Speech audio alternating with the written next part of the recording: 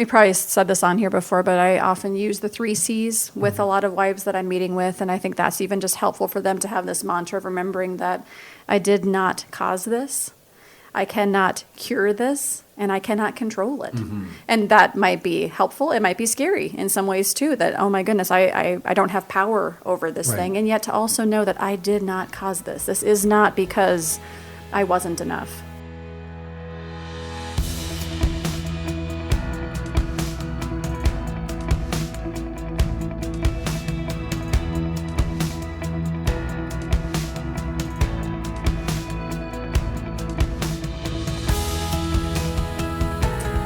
Welcome to the Faithful and True podcast. We're happy to be with you today. I'm Randy Everett, the co-host, together with Dr. Greg Miller, our usual host as always. And we're lucky today to have back with us from the staff of Faithful and True, Chris and Elizabeth Hardesty. Great to see you guys. Thank you. As always. Great to be here. Thanks. Yeah. Thanks for giving us the time to come back again today. We really enjoyed the conversation the last time that you were on with us, and we got to thinking about the healing journey and the items that you can do for a husband to try to earn back his wife's trust. And today we're going to talk about the importance of the husband not trying to blame his wife for his life choices or his acting out behaviors. Absolutely. And again, this is a series that we've been doing. It's based upon a list that Mark and Deb created together. But really, from the women's workshop, the work that has been done there. So there's been a list that has been created of some very specific things that husbands can do to begin to rebuild that trust. In fact, at the men's workshop, typically it's Debbie, but not always, but someone will come in and share with husbands, these are some of the things that help to rebuild trust. And one of them is the idea of not blaming your spouse for your acting out and for your addiction. And so just to begin with, we want to say that we know that blame is destructive in any relationship. Because if I'm blaming someone for something else, I'm not taking responsibility for it. In fact, one of the principles that we talk about is we don't talk about the past to blame the past. We talk about the past to understand. Because if I can understand it, then I can change it. If I'm actually blaming the past, then I'm not taking responsibility for it. I'm not owning whatever is true. And many times I'll be stuck in the past and held hostage by it. So what does it look like, or what does it feel like for a spouse, Elizabeth, when you're working with a woman and she's aware that her husband is directly or indirectly blaming her for his choices? Well, I think first of all, as you said, the destruction that causes, the pain that causes, it's I think additional pain for a wife. I work with a lot of women who really struggle or have struggled with believing that maybe it's my fault, or if only I could have done something different or been something more, or whether indirectly or directly have been told, this is because of you. It's because you weren't this enough or you weren't that enough. And it certainly just adds, I think, to the complexity of the healing of this, of them trying to change themselves in all kinds of ways. And when they hear and know, like, no, you did not cause this. Right. Is a pretty big deal. You know, one of the things that's probably underneath that is also a sense of hopelessness. That if I'm not taking responsibility for something, I can't change it. You know, I often say stewardship begins with ownership. I can't steward something that I don't own. I can't change something that I don't own. And we often talk here about the fact that there's this continuum, and at one end of the continuum is blame, and blame says it's all your fault. At the other end of the continuum is this shame message of I'm worthless, it's all my fault. And when we're either in blame or shame, we're not in ownership. We're not in that truth that this is mine. And I often use the language, whatever is mine, I need to own, and what is not mine, I need to release. And sometimes it gets confusing, especially if we grew up in a home where we were over-responsible. We're taking responsibility for things that were not ours. But as I get wiser, I can identify, this is mine, you know, my addiction is mine. And so I need to take responsibility and own that. What are some of the ways that a husband can directly or indirectly blame a spouse? Well, I think when I'm working with someone, both pieces, direct or indirect. I'm looking for ownership, and I'm looking for responsibility. Kind of that piece that you were just talking about, Greg. I'm really on the lookout for that, and I'm looking for language that might come against that. You know, like I maybe just direct, like it's her fault that I'm in this situation, or this has been going on for years and it's because of her work situation, or there's so many, but really listening for language that aims to shift focus or blame from, or focus or ownership or responsibility from him onto her, and placing that on to her or someone else. Yeah. And so, I think another way, we were laughing earlier, this idea of active blame and passive blame. So the active blame would be that direct, this is your fault. I think a more subtle thing can be this language of, if only you had done this. You know, if only she had been more available. And one of the things that may be true is, I may not be saying it directly to my spouse. And yet, if I believe it, or if I'm communicating it to anyone else, more than likely my spouse is picking it up. So I may have never said to my spouse, well, if only she had been more sexually available, I wouldn't be struggling with this. But if I do believe that, and I'm sharing that with others, my guess is there's an energy that the spouse picks up.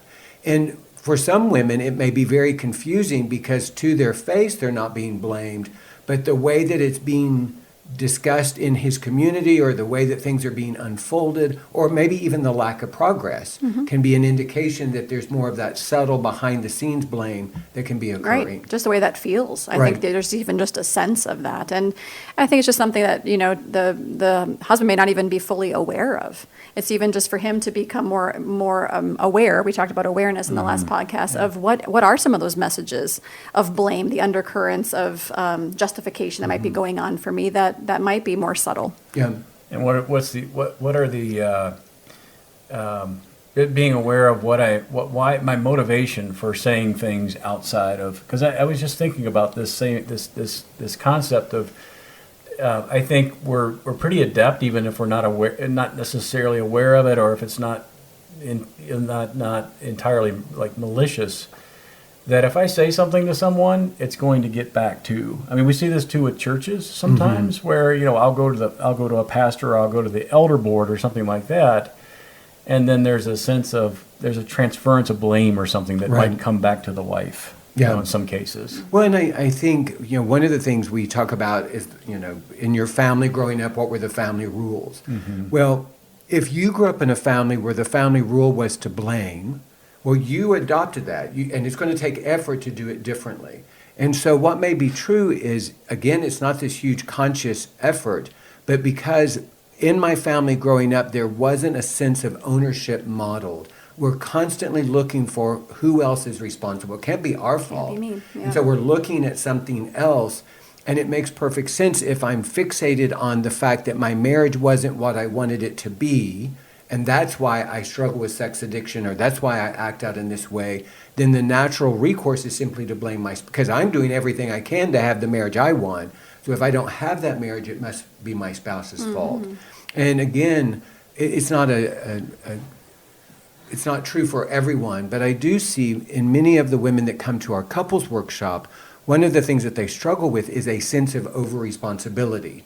And so if a man is blaming the spouse already has a sense of over-responsibility, they can get stuck in that dynamic for a while. Yeah. Is there some encouragement or coaching that you would give to a wife when either directly or indirectly she sensed he's blaming me for his choices and his addiction and his acting out? Well, we probably said this on here before, but I often use the 3 C's with a lot of wives that I'm meeting with, and I think that's even just helpful for them to have this mantra of remembering that I did not cause this, I cannot cure this, and I cannot control it. And that might be helpful. It might be scary in some ways too, that, oh my goodness, I don't have power over this Right. thing, and yet to also know that I did not cause this. This is not because I wasn't enough. Yeah. Well, and you kind of alluded to it, is if I did cause it, if I did contribute to it, then maybe if I change, that we can change him. And I do think that can be scary to really live in the truth. I did not cause this. I cannot control this. I cannot cure it. And it's that releasing responsibility to the person that is responsible and that would be the husband. Right. And so for the man, I often want to hear it, kind of like what you were saying. I'm listening. Is there that sense of ownership?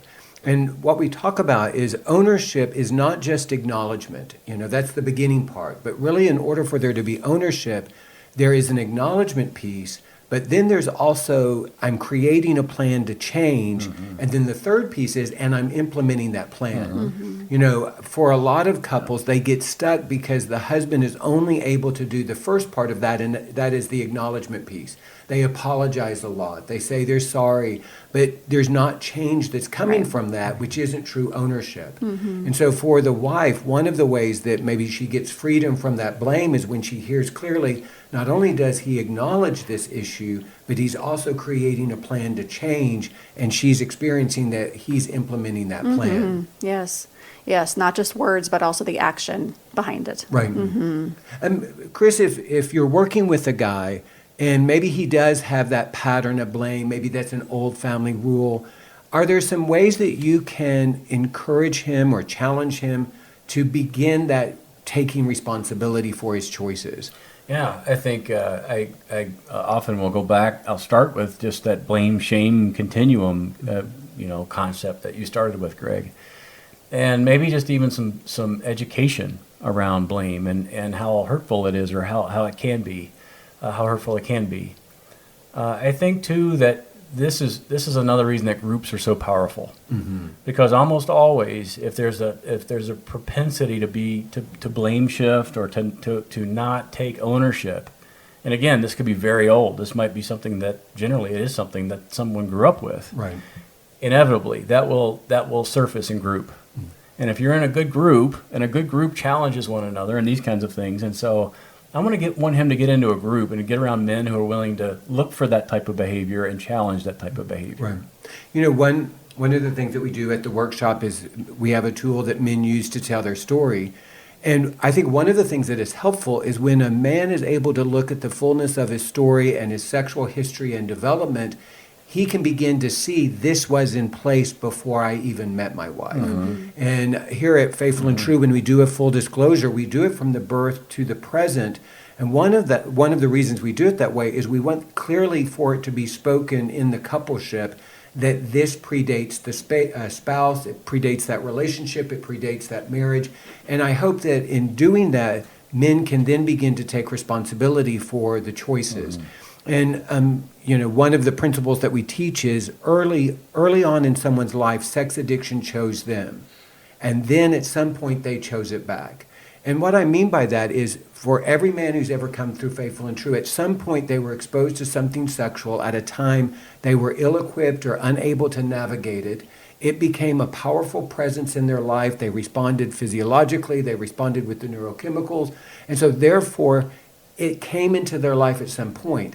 And then at some point, they began to choose it back. They began to try to resource it to manage their anxiety or their depression. They used it to try to rescue them from their insecurities or their fears.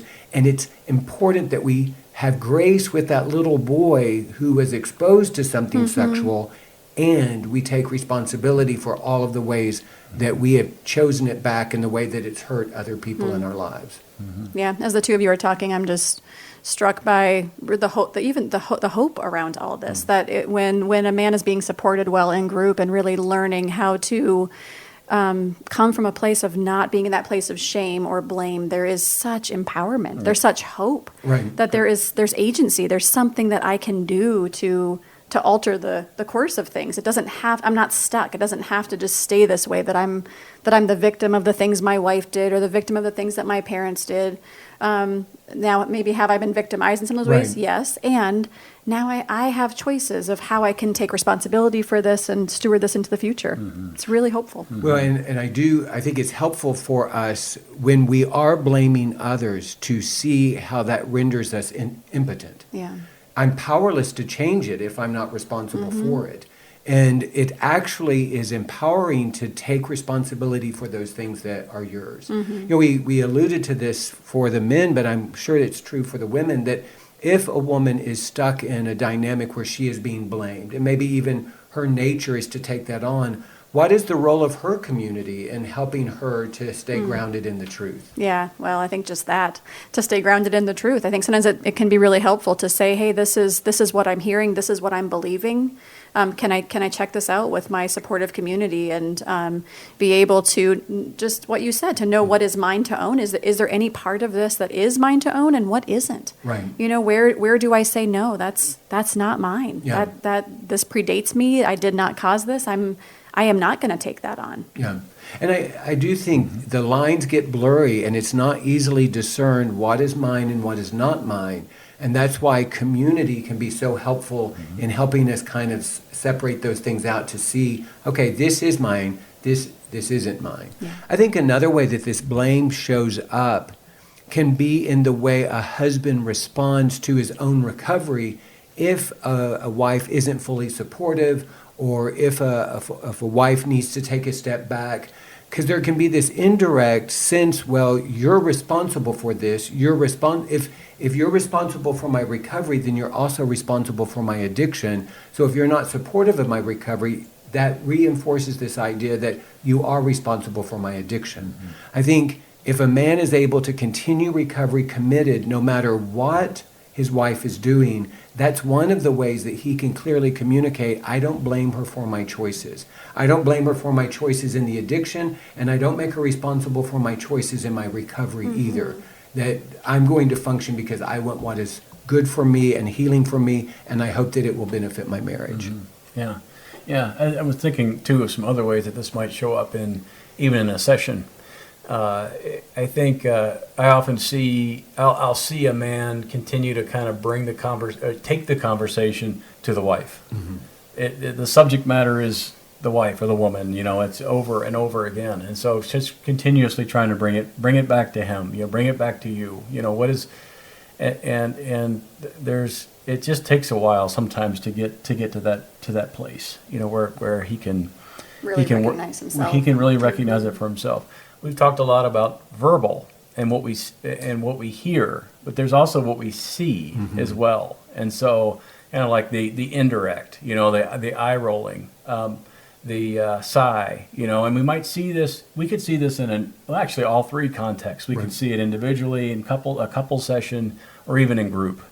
And I'm looking for it in all three for sure. And that's the kind of the attitude. What is he bringing? He or she possibly. How are they responding? And you know, and it doesn't take much to communicate blame to the other person. And you know what's interesting is, I know that y'all work with couples. It's actually helpful if some of this chaos comes up in the couple session. So if some of that blame, you know, a lot of times when you Don't say that, Greg. Come on. Yeah. That's not how. I'm just kidding. Right. A lot of times when we go to our couple sessions, we want to be on our best behavior, and there's some goodness in that. But sometimes what's really helpful is for some of the behind the scenes stuff to show up. And so in real time, to be able to address this blame piece in the coupleship can be very helpful. Because maybe he doesn't see it because it does kind of leak out. It's more of that passive blame. So in the couples dynamic, to be able to see it in the two of you or whoever the couples therapist is, to help bring that out a little bit more. And so once it's out, then it can be identified, it can be talked about, it can be changed. Really, that the stuff that's going on behind the scenes is some of the more difficult things to change, because if I can't acknowledge it, then I can't change it. And so the more I can see something, the more I can put effort towards it. It's just amazing. I'm just smiling to think about some of these couples I know we've worked with, or individuals you've worked with, or myself, when there starts to be this piece of really taking that personal responsibility and ownership. It's just incredible to watch, just how disarming. It's a game changer. It is. Yeah. It is so disarming. Of like, what? You're owning that? It just It can be shocking to the other. It really, like, shock. Yeah. I wanted to ask you guys, because you both have worked so much with the individuals, and then you've also worked with the couples. Is there a point during the healing journey where you go, they're ready for couples counseling? Because we have some people that call, and they'll call on the phone for the first time, and they're looking immediately for couples counseling, you know, without really exploring their own personal, you know, struggles or story. Does there come a point when you identify when they're ready to have couples counseling, to take that step after individual and have you guys start seeing them as a couple? You want to take that? Well, yeah, I think there are some, we often say here at Faithful and True that it's often not one of the first things we do is begin couples work right away Right. because of some of these pieces we're talking about here today. There is just a sense of who am I individually and how do I get supported individually and how do I become more aware of some of these patterns of blame or shame, what's functioning underneath. And so I think when we start to sense that there's more of a groundedness in their own hoop, there are some pieces that we want to start to move towards, for example, a foundation of honesty with a couple, maybe beginning to move towards full disclosure, some emotional health. We don't want a lot of toxicity, right? I mean, if we're just putting out fires of blame, that's Right. not going to be very productive. So I think those are some of the foundational pieces. I agree. Yeah, definitely. And we're assessing that, all the time, when we're working with individuals and couples. And it is an art and a science, both. I mean, there are some indicators, as Elizabeth is saying, but then there's also after you do this a while, there's that intuition also that, okay, we could at least start maybe bringing this couple together. Also, I think we've made a distinction on here too before between couples counseling and couples therapy, right? And so up front, we're doing more structure, framework, how do we just get things kind of stable so that they can each really kind of focus on themselves individually. And over time, again, if they're both showing signs of being committed to this and willing to get honest and be safe and those sort of indicators, it'll be apparent to everyone. And then we'll say, okay, let's start bringing you guys together and start introducing some therapeutic pieces here as a couple. Yeah. One thing that is true is every couple that comes to Faithful and True has some sort of history, has some sort of pattern. They have their dances. So in this area of blame, probably what is true is if a wife feels a lot of energy from her spouse that she's being blamed, that's probably not the first thing that she's been blamed for. Right. That probably has showed up in other parts of their relationship. It's part of their history, part of their dance. And so it's important that when, as a husband, I'm looking at this, I don't just stop with, am I blaming her for my addiction? Yes. But what is the pattern of blame that I have in our relationship? And just an aside, I think we can all agree that there are times where the wife can show up with blame also. Yeah. So that could be a podcast, but that's not this podcast. Yeah. This is specifically when a wife is being blamed for a husband's addiction, it's not going to move them forward with trust. Right. And so when that shift occurs and the husband is starting to take responsibility and the wife is beginning to experience the transformation that comes from that, that's when the trust is going to come. That's right. Because again, if I'm not taking responsibility for it, then I'm not going to change it. And until I do take responsibility for it, my guess is the wife intuitively knows until the husband is taking responsibility for it, he can't change it. And there's just not safety, Right. right? And trust in that. Yes. Yeah. And I think we often see too that, vulnerability begets vulnerability. If there's ownership and taking responsibility on his part, I think there is more, though, a wife is going to be more apt to find those areas for herself. Again, not his addiction, but her own areas of like, you know what, now I also can come and bring myself to the table and say, hey, I have some things to own myself. Right. Yeah. I think what I've seen is once the wife has confidence that the husband is owning his addiction, it creates space for her to begin to look at and identify and own her contribution to the coupleship.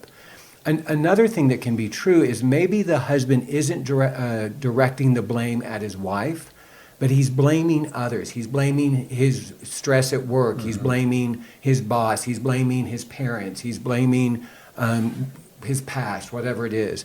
And for the wife, even if the blame isn't being directed towards her, my guess is it feels unsettling because it's the same principle. As long as he's blaming somebody else and not taking responsibility, there's not going to be the change that she desires. Right. So for the wives that are listening that would say, well, I don't think he's ever blamed me, and yet she's aware he's blaming something, it makes sense there's that caution in you that keeps you from really showing up in the relationship. Yes. Is he taking that responsibility? Is he owning this action? Yeah. Is there anything else that you feel like would be helpful for people to understand or know in this idea of not blaming in order to build trust? don't think at the moment, no. I think we covered it pretty well. Well, good for us. See, Elizabeth, that's why we invite them. They think of everything, you know? anything for you, right?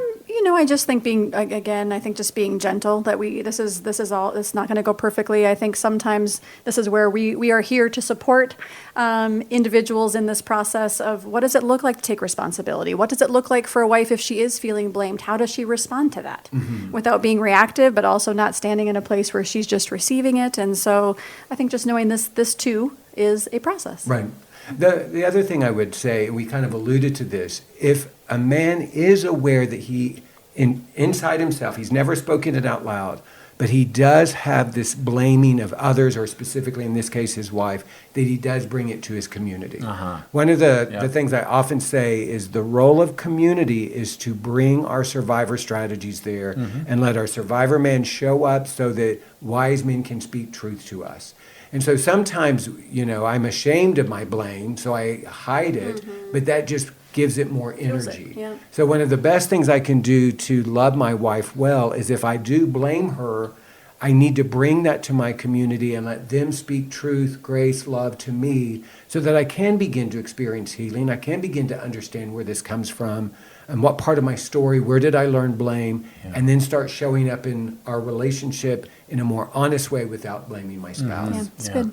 Absolutely. See why we let him host? He Yes. just comes up with pearls of wisdom all the time. Well, Chris and Elizabeth, we can't thank you enough for being with us again You're today. welcome. Sure. We love it every time that you're on the Faithful and True podcast. And Greg, as always, masterful.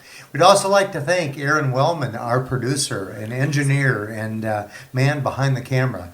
So we appreciate you as we always do. We thank you for watching us and listening to this podcast today. We invite you to visit faithfulandtrue.com for more information and more free resources. We have over 400 podcasts, much like this, for you to be able to enjoy. We also have our online bookstore where all of the books by Mark and Debbie Laaser are available. And we also have the information and online registration availability for our 3-day intensive workshops. We've been very pleased recently to really see an influx of people registering for the workshops. We do the men's journey workshop every month. We do the women's journey and the couples journey workshops roughly 3 times a year. But we're having people just step up and say, I heard about this on the podcast. That pleases us greatly. So thanks for listening. Thanks for reacting that way. And we hope that if you need our help, if you need the guidance and the life-changing effects that you can get from attending our 3-day workshops, we encourage you to do that. In the meantime, thanks again for joining us, and we hope that this week for you will be filled with many blessings and with great vision.